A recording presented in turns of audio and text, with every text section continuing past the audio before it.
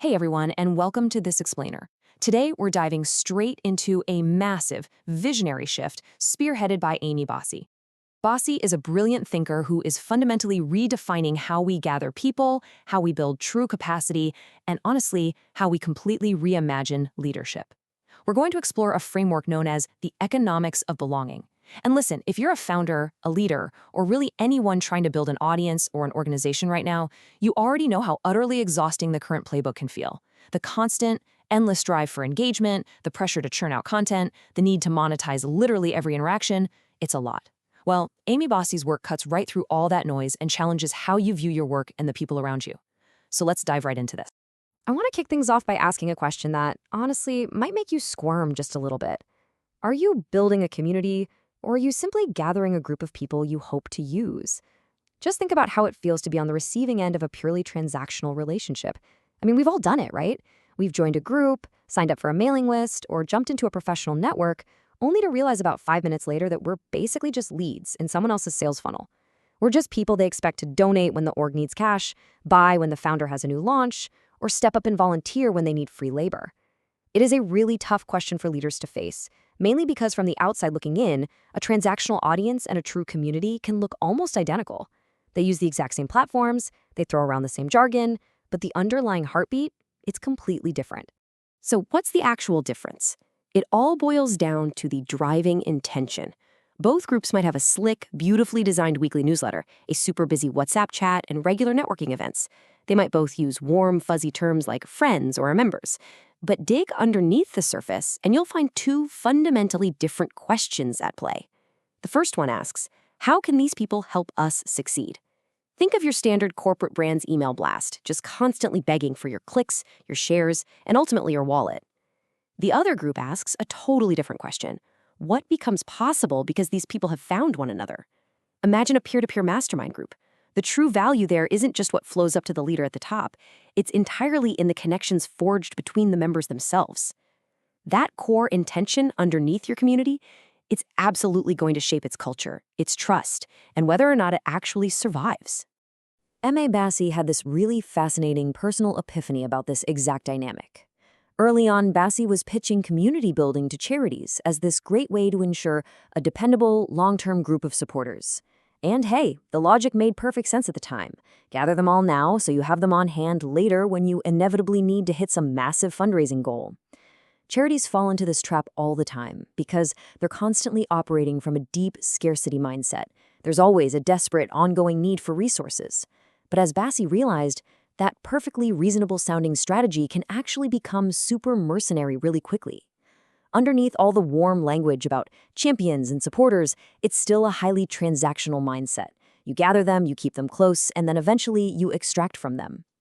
But human beings aren't batteries, you know? They aren't just sitting on a shelf waiting to be activated on demand. All right, Section 1, the Broniverse, a culture of extraction.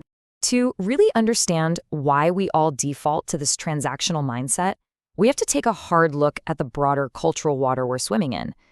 Amy Bossy defines this dominant culture of extraction as the Broniverse. You know exactly what this is. It's that loud, hyper-confident, rise-and-grind hustle culture that is absolutely everywhere, especially on platforms like LinkedIn, where literally everything, even someone's morning coffee routine, is framed as a masterclass in aggressive leadership. It's a world totally obsessed with winning, scaling, dominating, and using people as stepping stones to get to the top. In this culture, absolute certainty is treated as authority, and raw visibility is treated as actual value. And now, generative AI has hit the scene and just supercharged this whole dynamic. It can take one very modest, maybe even mediocre idea and spin it out into 20 daily posts and a proprietary framework in about 3 seconds. We are completely drowning in enormous output and visibility, but we are severely lacking in enormous substance. So, you're probably wondering, what is the exact opposite of this? At first glance, you might think it's just about being kind, moving at a slower pace, or taking a softer approach to business. But actually, scratch that. That's incomplete. It can't just be that the highly ambitious people are over there building massive, world-changing things, while the rest of us just sit in a circle sharing our feelings. The opposite of the Broniverse is not ambition reduced. It is ambition completed. The core issue with the Broniverse isn't that it's too powerful or even too ambitious. It's that its entire understanding of power is way too narrow. Ambition completed means succeeding alongside others. It means building systems that elevate everyone involved rather than just chasing a solitary, lonely win at the expense of everyone else in the room. Which brings us to Section 2, empty power versus whole power. This brings up a really critical dichotomy in how power is actually wielded in these two very different leadership models. The contrast between empty power and whole power is honestly profound. Empty power basically enlarges the individual leader by extracting value from everything around them. Think of it like a giant black hole.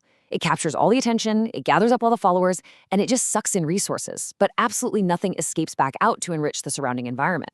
Whole power, on the other hand, it's more like a massive, strong scaffold. It increases what everyone connected to it is capable of building. It actually creates new assets. It develops genuine owners and active contributors rather than just passive cheering fans. Basically, empty power builds its empire on top of people, while whole power builds the future with them. Moving right along to Section 3, the economics of belonging. Now, let's look at how all of this builds into M.A. Bassey's radically different, entirely empowering framework for leaders. We call this the economics of belonging. And I really want to emphasize one specific word here: infrastructure. When M.A. Bassey talks about belonging, we aren't talking about HR fluff or a warm, sentimental feeling about team-building retreats. No, we are talking about vital, hard economic infrastructure. When people finally realize they have a genuine stake in what's happening, when they stop behaving like a passive audience just waiting for instructions and start behaving like actual owners, it fundamentally transforms everything. It changes how they behave, how they invest their energy, and yes, how they contribute to the bottom line. Belonging releases dormant capacity and creates lasting assets that an extraction mindset literally could never access. To really wrap your head around the power of this, just consider the sheer volume of dormant wealth sitting inside almost any room of gathered people. Leaders operating in extraction mode usually only scan a room looking for one thing: money. But the true wealth goes so much deeper than that. We are talking about highly specialized knowledge, deep relationship networks. We're talking about unblemished reputations, free time, physical labor, exclusive access to certain spaces, entirely untapped audiences, and specialized tools. Most communities and networks are absolutely not starting from zero. There is a staggering amount of unrecognized economic capacity sitting right there in front of us, just waiting for the right kind of invitation. And that leads us to a vital realization in Bassey's framework. The wealth is already there. It is simply disconnected. Imagine a hypothetical room for a second. Let's say one person in that room has a vacant office space downtown. Another person personally knows 50 incredibly talented local freelancers looking for work. And a third person happens to have a corporate budget allocated for community events. Individually, these pieces look pretty small, maybe even useless without the others. But the wealth is right there in the room. The true work of leadership isn't just standing at the front asking people to open their wallets. It's recognizing and connecting the scattered wealth to build something entirely new. It's acting as the central nervous system that brings all these dormant, sleepy assets to life. So, how does this incredible metamorphosis actually happen? Let's walk through it step by step. It doesn't happen overnight. It's a very specific, sequential chain reaction. It all kicks off with recognition, simply seeing people for the full, complex value they bring to the table. That genuine recognition naturally leads to a deep sense of belonging.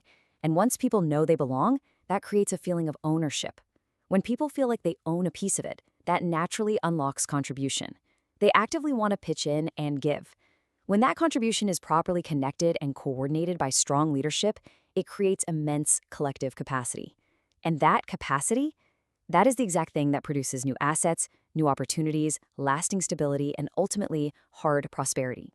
This chain reaction right here is exactly how a soft concept, like belonging, transforms into hard economic reality.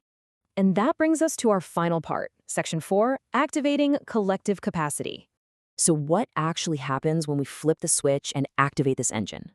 Let's analyze the dramatic shift that occurs when people transform from an audience waiting for instructions into a group of active owners.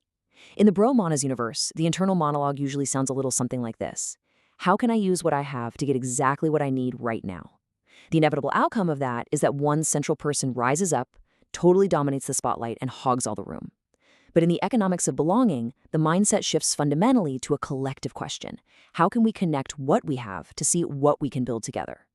The outcome there is that more people are empowered to create, which effectively expands the pie and creates conditions where everyone has more room to grow. One system inherently creates dependency, the other creates shared, lasting capability. Here is a massive, paradigm-shifting statement for you. People aren't the leverage. connection is. The opposite of the Broniverse isn't just refusing to use leverage at all, it's finally recognizing where true sustainable leverage actually comes from.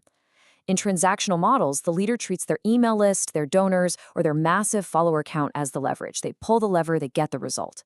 But Ima Bossi's framework shows us that human beings are not levers to be pulled. Trust is the leverage. Seamless coordination is the leverage. A deeply shared purpose, that is the leverage. When you connect people who genuinely trust each other, the output is exponential. It far, far exceeds what any single charismatic leader could ever extract all on their own. And that brings us to a final, pretty provocative challenge for you to chew on today. I really want you to deeply reflect on your own legacy and what you are truly building with the people around you right now. Are you building a community around what you need from people, or are you building around what can become possible when those people truly belong? It's a fundamental question of leadership, and it's going to dictate the true economic power of the connections you foster. Thank you so much for hanging out with me for this explainer, and I really hope Emmy Bossi's insights completely change how you look at the brilliant, capable people gathered around you.